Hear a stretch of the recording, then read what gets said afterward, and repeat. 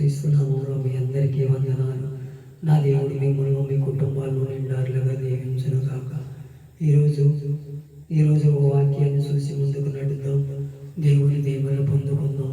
2 Timothy పత్రిక 2వ అధ్యాయం 15వ వచనాన్ని చదువుకుందాం. అందరూ కూడా బైబిల్ ఉంటే తీసి చదవటానికి ఇష్టపడండి. దేవుని దీవెనలు పొందుకోండి.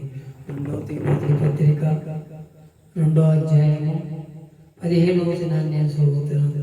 దేవుని ఎదుట యోగ్యంగాను సిగ్గుపడనక్కర్లేని వానిగాను పనివానిగాను సత్యవాక్యమును సరిగా ఉపదేశించు వానిగాను నిన్ను నీవే దేవునికి కనపరుచుటకు జాగ్రత్త పడము అంటున్నాడు. ఇక్కడ తిమోతి అంటే ఘనత నొందినవాడు, దేవుని ఎదుట ఘనత నొందినవాడు తిమోతి అంటే.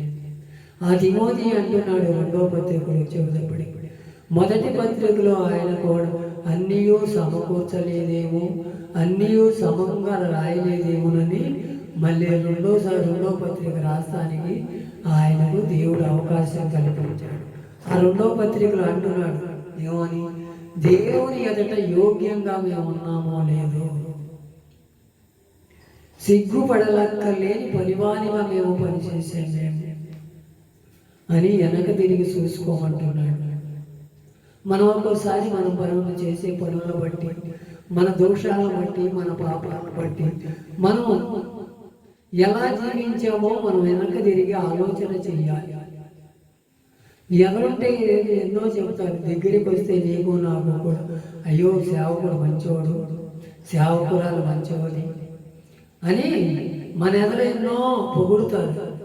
మన వెళ్ళిన తర్వాత మన వెనకాల ఎన్ని చదువుకుంటారో, ఎన్ని కొనుక్కుంటారో, ఎంత అవహేళనగా మాట్లాడతారో, పక్కవారి పట్ల మనకు అసభ్యమైన మాటలు మనకు వినపడవు, కానీ వారితో చెప్పే మాటలు వింటానే చేస్తానే ఉంటారు.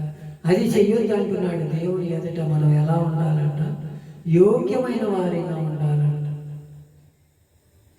సిగ్గుపడనక్కర్లేని పరివారంగా ఉండాలంట. మనం సువార్త మోసుకెళ్ళేటప్పుడు ఎవరికన్నా ఏదన్నా సువార్త చెప్పాలంటే మనకు జరిగిందే చెప్పమంటున్నాడు. నీ ఇంటిలో ఏమైతే జరిగిందో అదే దేవుని ఎదుట ఒప్పుకుంటాం కాదు, సంఘం ఎదుట ఒప్పుకోమంటున్నాడు.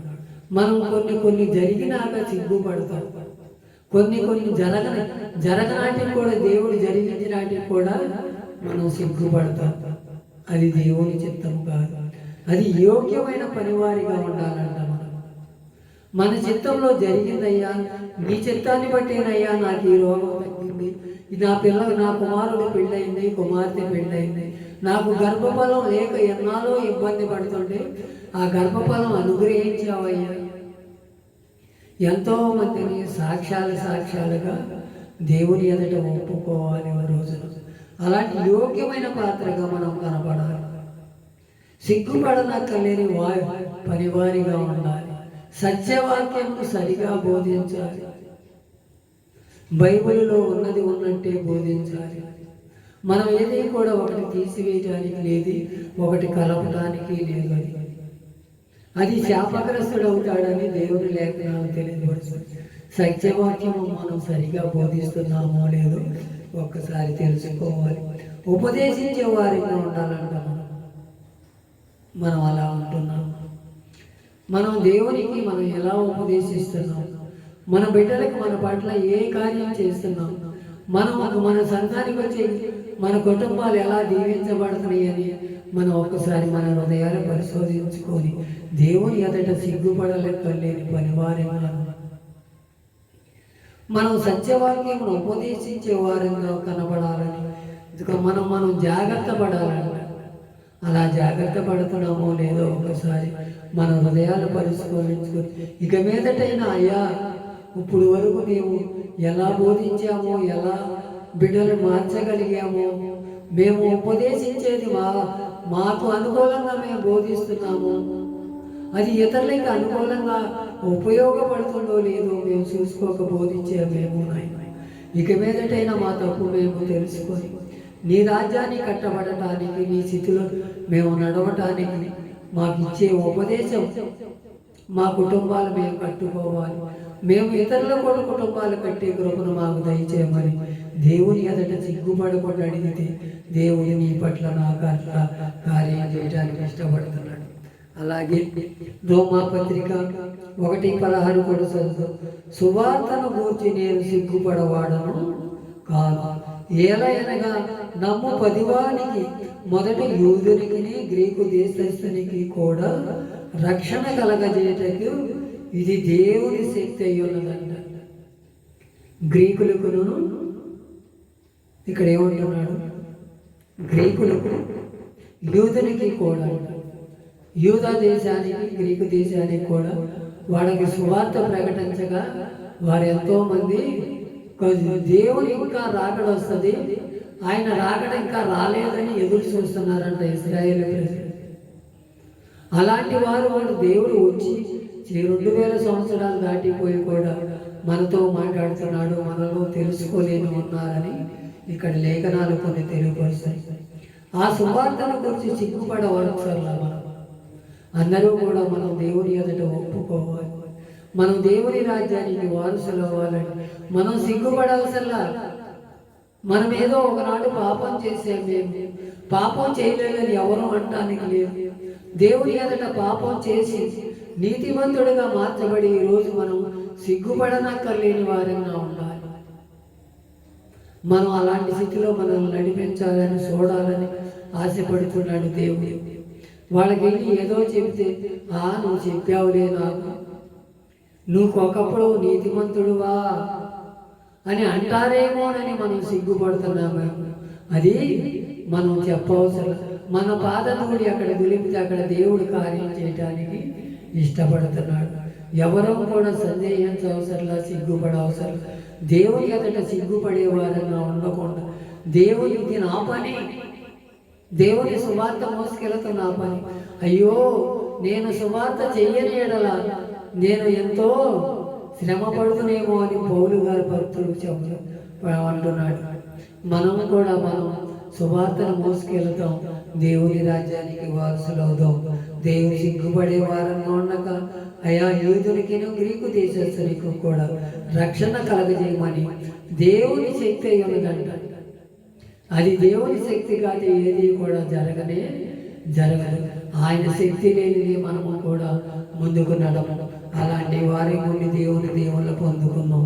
1వ యోహాను సువార్త 1వ యోహాను పత్రిక 2వ అధ్యాయం 28వ వచనం, కాబట్టి చిన్నపిల్లలారా ఆయన ప్రత్యక్షమగినట్టు ఆయన రాకడ యందు మనము ఆయన ఎదుట సిగ్గుపడక ధైర్యం కలిగి ఉన్నట్లు మీరు ఆయన యందు నిలిచి ఉన్నది అంటున్నాడు.